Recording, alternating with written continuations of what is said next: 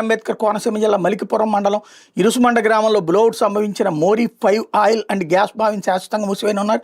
Gas చమురు నిక్షేపాలు అపారంగా ఉన్న ఈ బావికి తొలుత వెబ్ క్యాపింగ్ చేయాలని భావించారు. అయితే భవిష్యత్తులో ఈ బావి వల్ల ఇబ్బందులు వస్తాయని భావించిన ఓఎన్జీసీ వర్గాలు క్యాపింగ్ కాదని వెల్ కిల్లింగ్ చేయాలని నిర్ణయించారు. సుమారు 12 ఏళ్ల క్రితం తరచూ గ్యాస్ కిక్లు బ్లోఅవుట్ సంకేతాలతో భయపెట్టిన ఈ బావిని అప్పట్లో మూసేశారు. అయితే మారిన పరిస్థితుల నేపథ్యంలో తాజాగా కాంట్రాక్ట్ తీసుకున్న సంస్థ ఈ నెల 5వ తేదీ ఉదయం డ్రిల్లింగ్ కోసం వెల్లో బాంబింగ్ చేసింది.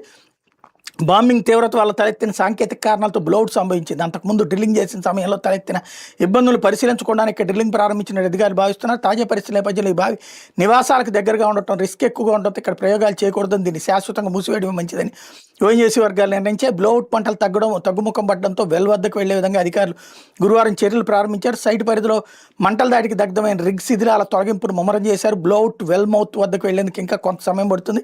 కాగా ఇరుసుమండలో డ్రిల్లింగ్ చేసిన డీప్ సంస్థ నిర్లక్ష్యం వల్లే బ్లోఅవుట్ జరిగిందని ఆ గ్రామానికి పక్కనే ఉన్న లక్కవరం ప్రజలు గురువారం పోలీసులు ఫిర్యాదు చేశారు. డ్రిల్లింగ్ చేసిన డీప్ సంస్థ పనితీరుపై విచారణ చేయాలని కోరారన్నటువంటి వార్తని హైలైట్ చేశారు.